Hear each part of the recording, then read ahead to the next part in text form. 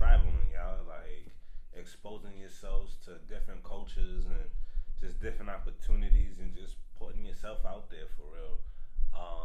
And diversifying your life, your portfolio, or whatever you may apply this knowledge to. You know what I mean? You gotta get out there, travel the world, see the world. Post pandemic is a little crazy right now. It's one We thing. not encouraging Go ahead. we I was not just thinking. encouraging any shots of any kind of sorts to go travel. All we saying is, um, if you can and however you can, expose yourself to different cultures outside of the U.S. It's just real eye awakening. Nah, so I was gonna talk about like how they're in the talks. I don't know if it's true or whatnot, but I think there's something might want to push is um, getting different types of passport. If you got a vaccine passport and stuff like that. A lot of people have been talking about that. That can hinder people from traveling, but not just traveling. You know what I mean? Like, you're just being exposed to different customs and cultures and other ways of life. We've been taught one way for forever. The plan and the goal is always to kind of like you said, diversify your portfolio, but not just your stock portfolio or just your life portfolio. You know what I'm saying? Like expose yourself to different things because you don't know what might you might take an interest into something at 28 years old that you didn't have at 13. You know what I'm saying? So, that's the only way you'll be able to know. You kind of do a kind of look and see or whatever to get yourself out there however you want to do it. Right. And I feel like the only way you can know what your niche is by trying different things and seeing what works for you. You know what I mean? So you really got to expose yourself, and it's very important. Not just exposing yourself to how people live, but travel. Just go to city, see how people live. People. I'm from York, Harlem. I grew up different than how people in Pittsburgh grew up. You know what I mean? Like, Absolutely. I might have advantage or disadvantage in some way, some sort, and they might have the same. And we do.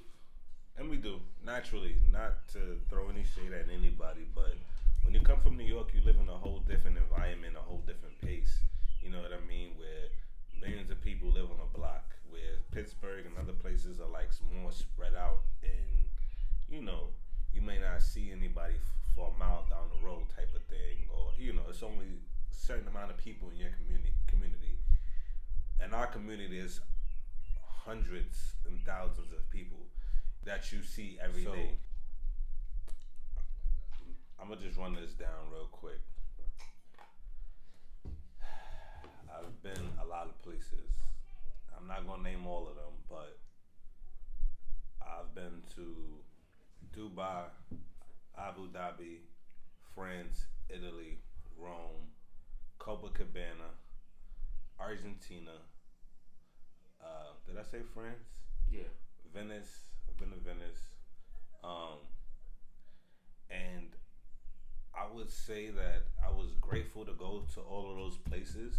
You know what I mean? But most importantly, I learned that those countries and those places, some of those places live a lot better than we do, for real. Just as far as the U.S. and how they treat their people, and how like South America they treat their people, or like Europe how they govern their people.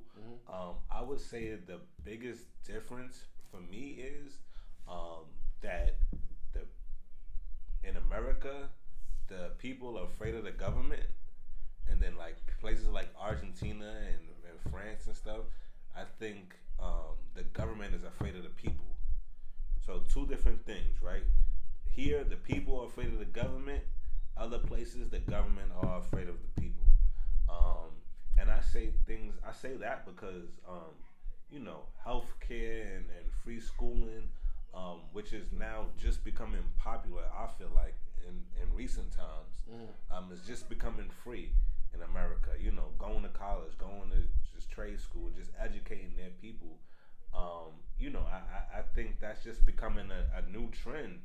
But as I stated, I do property management, and I have hundreds of people from Saudi Arabia where their country pays for their people to go get an education, to come to America.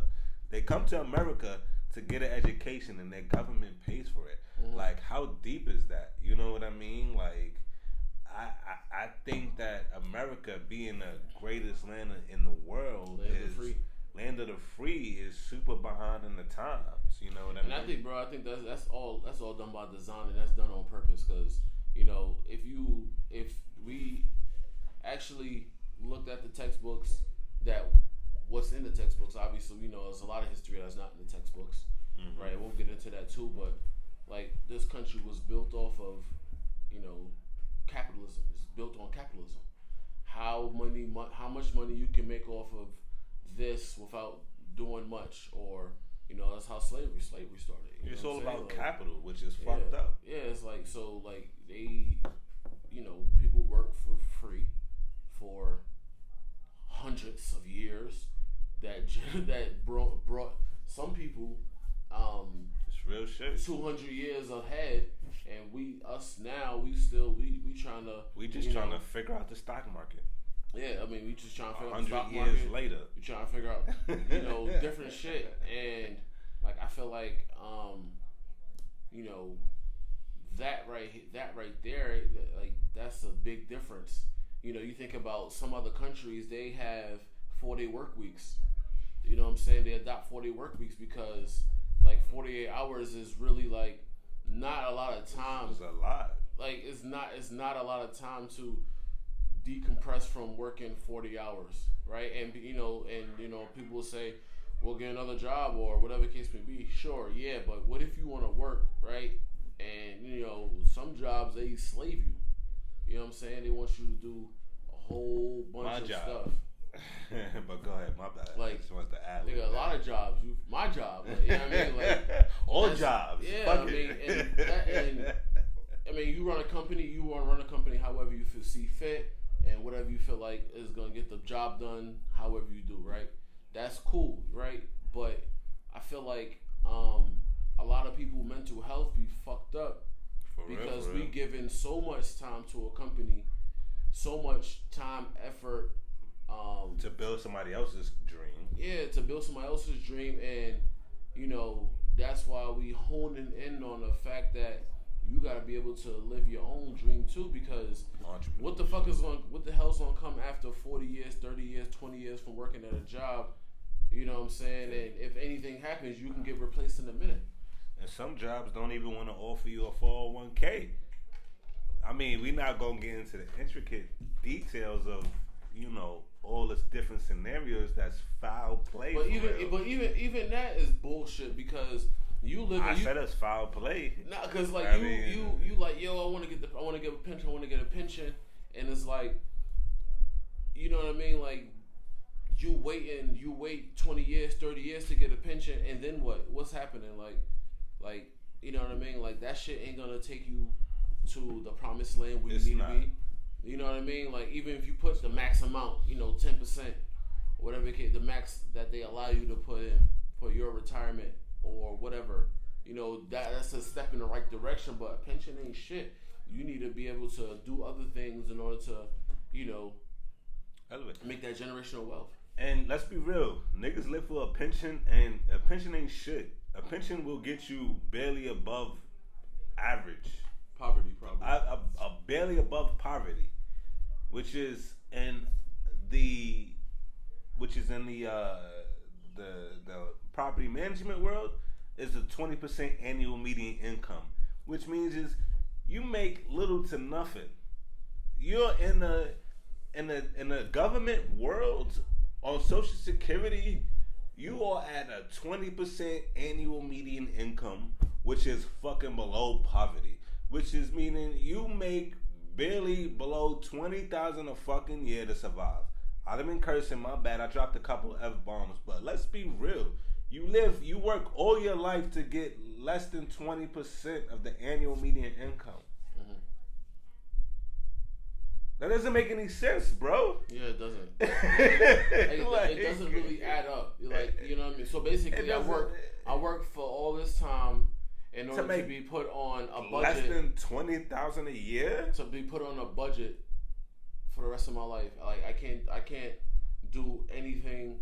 I mean, some people can, but like I can't. The regular person is not gonna be able to do the things that they thought they can do after retirement. So you got to be able to capitalize on something in order to be cool with that. Save your money, invest it, however you're gonna do. I was saying about work-life balance, it not just having side hustles, but taking care of your health, taking care of your kids, taking care of your finances, taking care of the small things that's gonna matter to you in the future. You know what I mean? Like I learned like during this pandemic, like me working 2 full-time jobs, I'm out the house a lot. You know what I'm saying? Like I didn't see my kids as often as I would like, and being that I was working from home for the last 15 months, I was able to spend literally every day with the kids, and like that shit made a big difference of me being home with them. So like as we transition back into, I guess, post-COVID, and stuff is opening back up and jobs is, when people work from home, I'm skeptical on a lot of different things, but I'm real skeptical on just giving my freedom back in order to, meet somebody else's demand. You know what I'm saying? And entrepreneurship. Yeah, but everybody has a job to do, and you're gonna do what you have to do. That works for you at the end of the day, but you gotta be able to maneuver and work things out for yourself, because nobody's here to save you, yo. Like nobody's coming to save us, yo. Right. Like the politicians ain't come save us. We had a black president. No disrespect to Barack, you know what I'm saying, but like we all know, like like he can't really. He couldn't really fix the things the way he wanted to, right? All. Because you had other people saying yay and nay, and we all know that. Let's not be stupid about that. But nobody's gonna come save you, so you gotta be the savior for you and your family. You know what I mean? So however you're gonna get it, you're gonna get it. And make sure you do that shit the right way.